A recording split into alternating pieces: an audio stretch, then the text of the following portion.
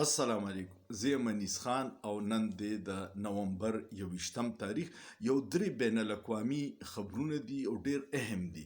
یو خبر خدا دی چې اوکسفیم یو ارګنایزیشن دی، هغه یو عجیبه ریپورت شایع کړی دی.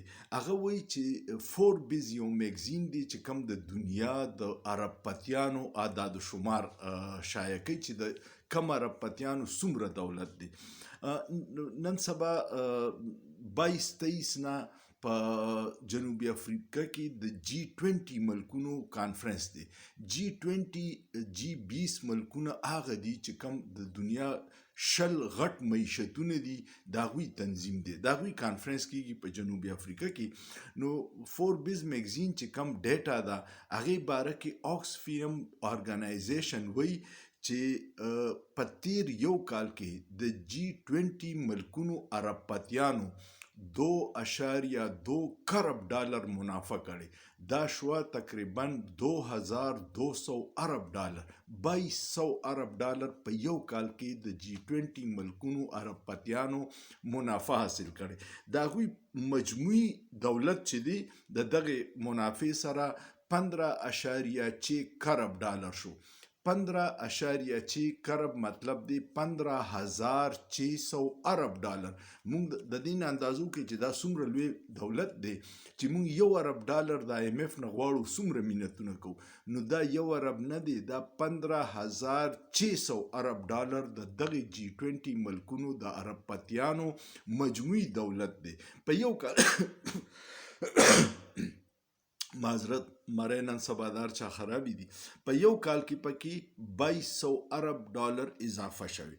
اوس هغوی دا وایي چې کوچرې دا ملکونو د مالدار خلک وغواړي نو د دنیا نه غربت ختمیدی شي، صرف د یو کال په آمدن نه هم په ډیر کم باندې.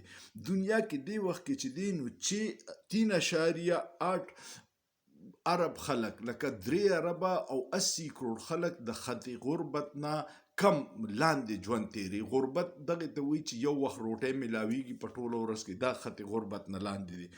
او د دې ټول غربت ختمیدی شي صرف په څو باندې؟ په 1.5 کرب ډالر، لکه په 1650 عرب ډالر باندې د دغه 3 عربه او 80 کروڑ خلکو غربت ختمیدی شي. لکه ته سوچ وکړه چې د دنیا د G20 ملکونو یو څو سوه عرب پتیان دي، د هغوی سره دولت دی 15,600 عرب ډالر.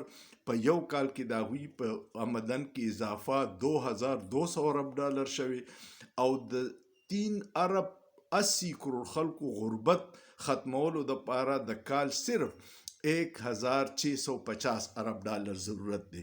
نو دی بدقسمتۍ ته وګوره چې دا حال د دنیا د هر ځای دی چې د دنیا د ټول وسایلو مرکز چې دی یا منافع چې دا یو څو لاسونو ته رسی او نور ټوله دنیا کې غربت دی. دا G20 ممالک چې دی دا د دنیا د 85% معیشت باندې د دوی کنټرول دی. دا یو ډیر عجیبه خبر ومای چې تاسو سره وکم چې د ځینو عرب پتیانو د یو کال د آمدن نه د منافع نه په کمه د دنیا نه غربت ختمیدی شي، خو ختمی به نه، ځکه چې د دوی فایده هم په دغه کې ده چې لوټ مار کوي، خپل دولت سیوا کوي او خلک ورځ ته ورځه غریبانان کیږي. دویم یو خبر دی چې انډیا یو په دوبۍ کې نن سبا ایر شو ده، پاکستان ایر فورس هم پکې شرکت کړی، انډیا هم پکې کړی. د هغې یو جهاز د شو دوران مظاهره کوله، تیجا جهاز دی او را پرېوتی دی. د هندوستان وزیر اعظم نریندر مودي چې دی نو هغه دمکیانې ډېرې ورکوي، ډایلاګ یې ډېرې وایي، په هالیوډ باندې فلمونه جوړیږي چې د هغوی فوجیان ډیر بهادر دي او په پاکستان یې حملې وکړي، خو عملي مظاهرې دی چې جهازونه خراب دي، پروفیشنالیزم پکې کمې دی او جهاز را پرېوتو. اوس یو ویډیو راله چې جهاز کله ولاړي نو د هغې نه د تیلو لیک کیږي، نو دغه میبي وجې. خو افسوسناک عمل پکې دا دی چې پایلټ هم پکې مړ شو. پایلټ چې هر څوک کو هندوی، کو مسلمانی، کو سیکی، کو عیسائی، هغه به د چا زوی، نو د هغه په کور کې مور پلار رونه خويندې به نن خپي دغه پکې د افسوس دی. نور هندوستان له پکار دی چې خپل پروفیشنلیزم کې اضافه وکړي. پاکستان له دمکیانې خوار وخت ورکوي خو کارکردګي دغه ده. په جنگ کې 15 تیارې را غورځېدلې وي او اوس دا په ټریننګ په ایر شو دوران را پریوته. اخیری خبر دا دی چې محمد بن سلمان د سعودي عرب باچا صاحب چې دی هغه د امریکې په دوره دی. اول ته کې خو د اربونو ډالرو د انویسټمنټ اعلان کړی، بیا یو دفاعي معاهده کړې ده او ډیر زیات د اربونو اسلحه یې اغستې، ټینکونه یې اغستې دي او F-35 جاز دی. دا یو زموږ دلته پاکستان له مخکې F-16 را کړو، د هغې نه بیا یو ډیر ایډوانس جاز دی. دغه جاز امریکا بل چاله نه ورکړي، صرف اسرائیل له ورکړي. اوس چې کم ډیل د سعودي عرب سره وشو نو هغې کې امریکایي حکام وایي چې کم جاز مونږ اسرائیل له ورکړي فولي اپګریډډ جاز دی، خو سعودي عرب له به دغه نه ورکو.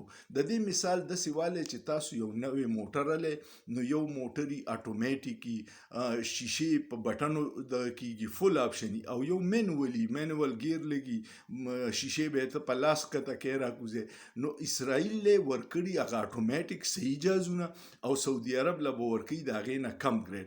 خو سعودي عرب زه حیران یم چې د اسرائیل خلاف خو یې نشي استعمالولی او د هغوی سره د دغه دی نو دا به د چا خلاف استعمالي؟ دا دومره ټینکونه دومره وسله غیر چاپیره خو د ټول مسلمان ملکونه دي. امید لرم چې تاسو به ویډیو خوښه شوي. ویډیو کوم خوښه شوه کمنټ وکړئ، لایک یې کړئ، شیر یې کړئ او سوچ پیو کې په سوچ کې څه ګناه نشته.